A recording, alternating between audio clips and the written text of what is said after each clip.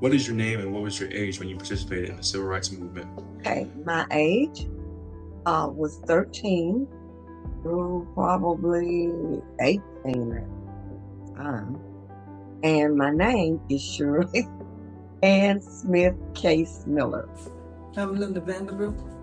I was 13 years old when I participated in the civil rights movement. My name was Deborah Sanders. It was in 1963, and I was 13 years old when I first started in the civil rights movement. My name was Carol Denard, and now I'm Johnson. And my age at the time was 15. I'm Alvin Johnson III, and at that time I was 15 when we really started the action, marches. What did your participation involve? Marching. Me and my friends on this. It's a picture of me and my friends. It was one Saturday. We left Titusville and we walked up to 6th Avenue Baptist Church. It was the old 6th Avenue on the south side where UAB is. We met up there with Sister Lola Hendricks and Sister Willa Dean Davis. And they signed us up. And they told us what we was gonna do. And the bus was gonna take us down to 8th Avenue. They were gonna let us out.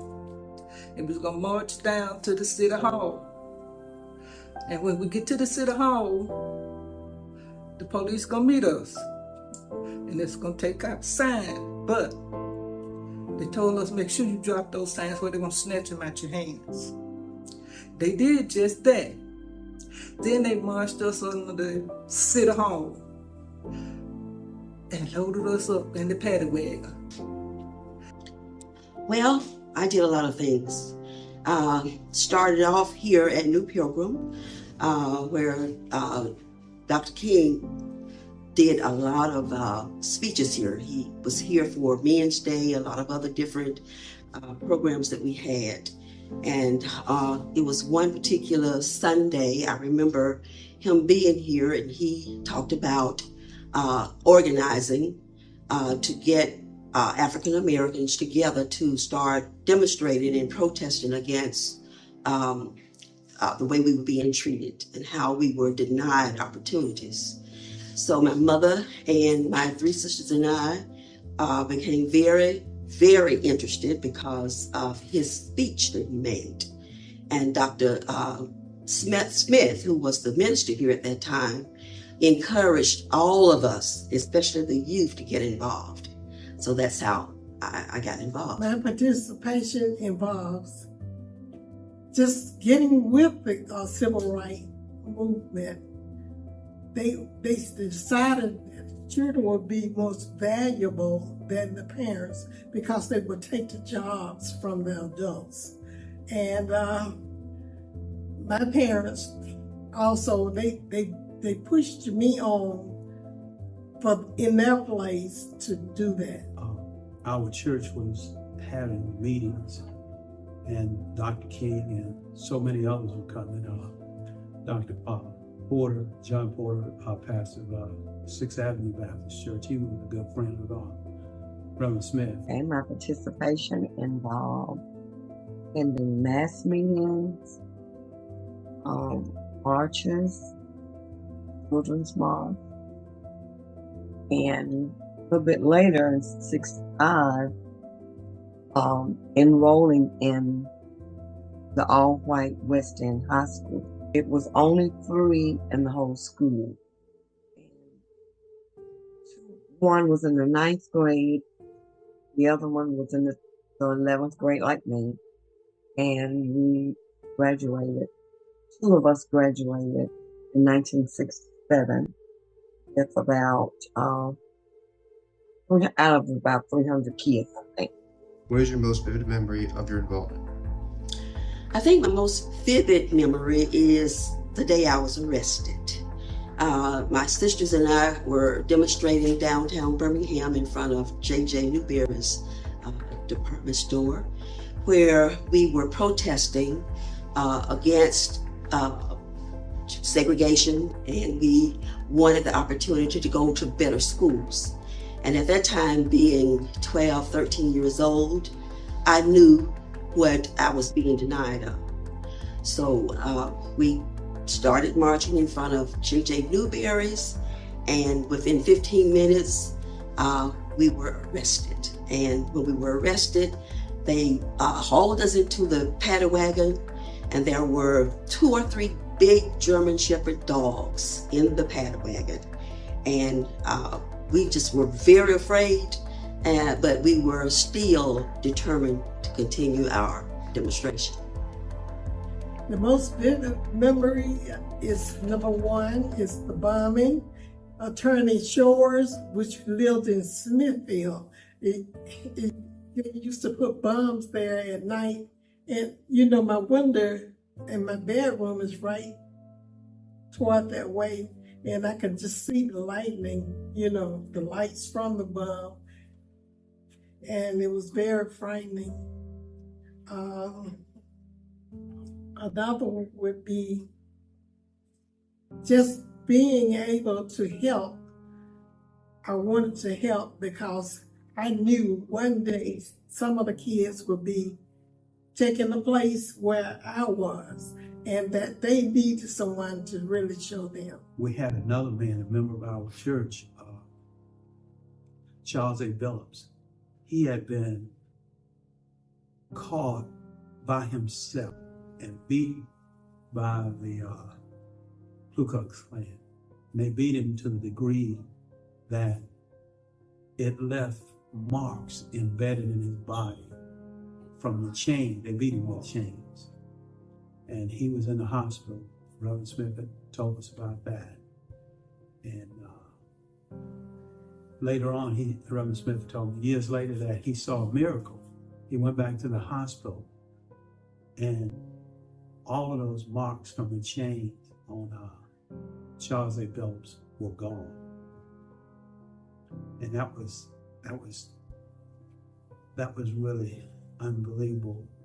You know, it's just a real miracle in the sense of everything you want to think about it.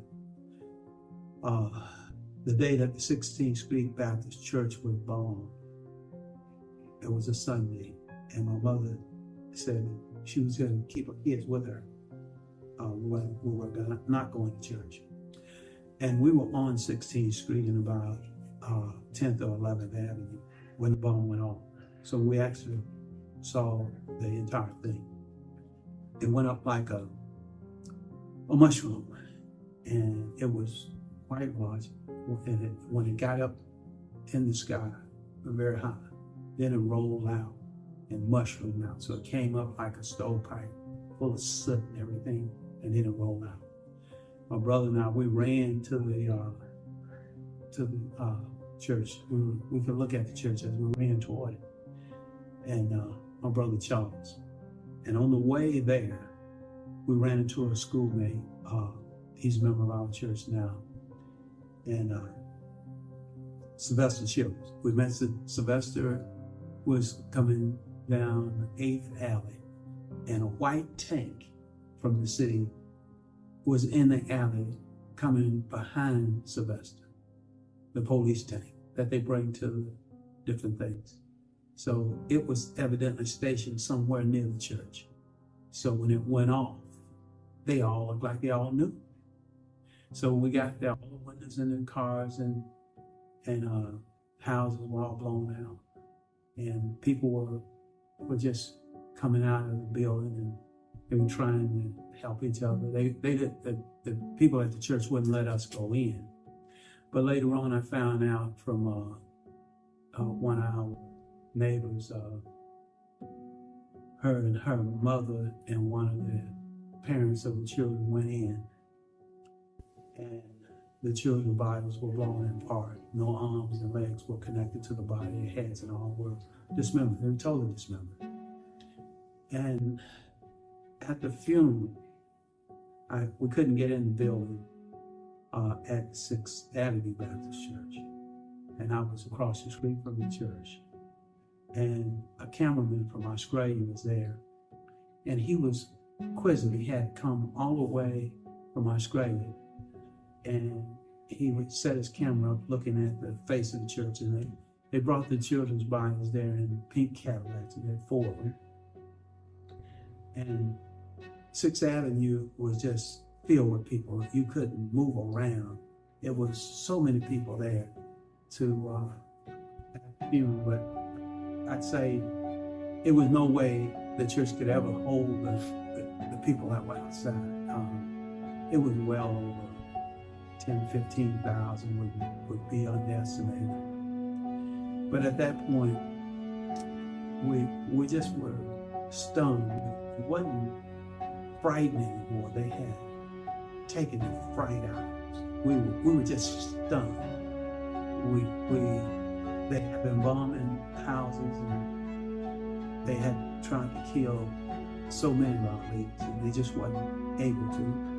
Reverend Smith had been shot, and it's not something we go around bragging about. It's been shot, and Dr. King was still alive at doing that. So later on, we went back to school, and we got ready to go out to march. And the police came to the school that morning, and they put chains around all of the doors so we couldn't go out the doors. And our French teacher, she came to the windows, and these big, huge windows, and she wasn't that big person, but she got that big window up, and she told us that they didn't lock the windows. So it's about 5,000 kids at Parker High School. So we all went out the windows. The whole school came out the school through windows. And we had to jump down. That's up high. So it was, we weren't even thinking about getting hurt either like that. So we went on to try to go down to where the march was. But the police had systematically blocked things so that we couldn't connect up with the rest of the marchers. So we just was trying to find the march, and the police were fixing it with cars and different things so that we could never get the school. We couldn't get with the main march. But I was under the impression when I heard that Fairfield High School, Fairfield, they marched down Bessemer Road, straight into downtown Birmingham, the whole school did. They went out and they came from Fairfield all the way to Birmingham, down 3rd Avenue, right into the thing. We didn't know about that at the time. But our church, New Pilgrim, was really instrumental. And we had a deacon, and he was a deacon and trustee, Brother Winfield. Brother Winfield stayed up all night, every night, in God at New Pilgrim Church. At a 90, I think the address was 903 6th Avenue South. He guarded our church. And my wife's neighborhood, her father guarded, was one of the guards that guarded the very neighborhood we're in now. So all around Birmingham, there were men who stayed up all night guarding the neighborhood for people who would come in and try to bomb the neighborhood. That was a pretty tough time. I remember very, very vividly coming out and seeing those dogs. And I wasn't afraid of dogs, but that was else. I also remember Miss Chambers, you know where the Heritage Center is right now, right up from the church. That used to be a nursery where they, grew flowers and trees. One night, coming from Powderly, my dad, my mom, my 2 brothers, there was a cross burning there. And of course, at that time, they said a Ku Klux Klan was the one who was doing that. We didn't see anybody, but we saw the cross burning. That was branded into my head. Of course, that same year, 63, when all of the marches started, the 16th Church was bombed. September 15th, 1963. And later, November 22nd, 1960, John F. Kennedy was born in Dallas. Those things out in my psychic. One of the little girls I met, I was introduced to Cynthia Wesley. You know, back then we started school the Tuesday after Labor Day. So I met her sometimes between that time, and the bombing was on the 15th. And I had just met her, and when I found out that she was killed, that was traumatic. And that really was. I had just met her, and that was just so surreal that, boom, they're gone. My most vivid memory was when they loaded us up in that paddy wagon and took us to the juvenile detention center. We stayed there 3 days. Did you realize back then that you were making history, and how does being a part of Black history make you feel? Well, no, I did not know I was making history, and I wasn't intentionally trying to make history. But I'm glad I did it. I'm glad I faced the challenge for other kids, because you can always forget your past, but it will come back to you again. No, we didn't think we were making history. We just knew that we were doing what Pastor Smith and Dr. King and our parents and other people were telling us to do, that this would make Birmingham and our nation a better place.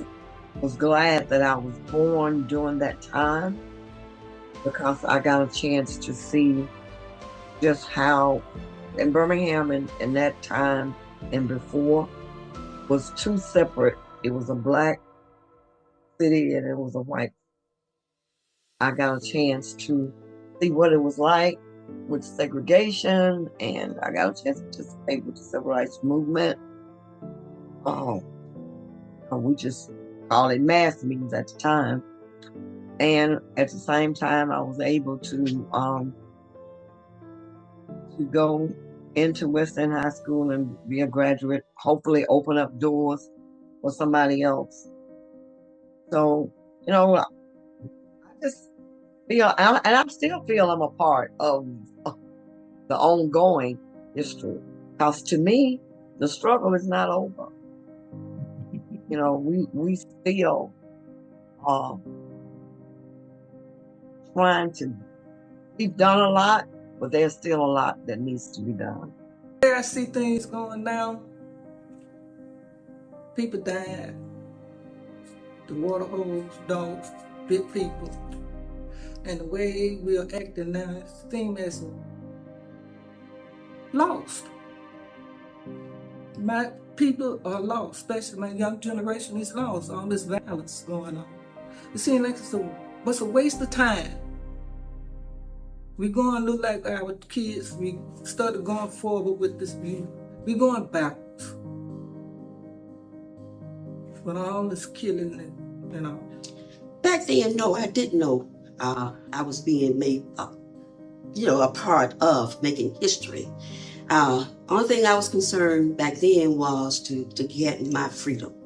So I was not concerned about being in the limelights or having an impact for the future. I wanted it right then and there. But it has very much impacted my life in that I've learned a lot.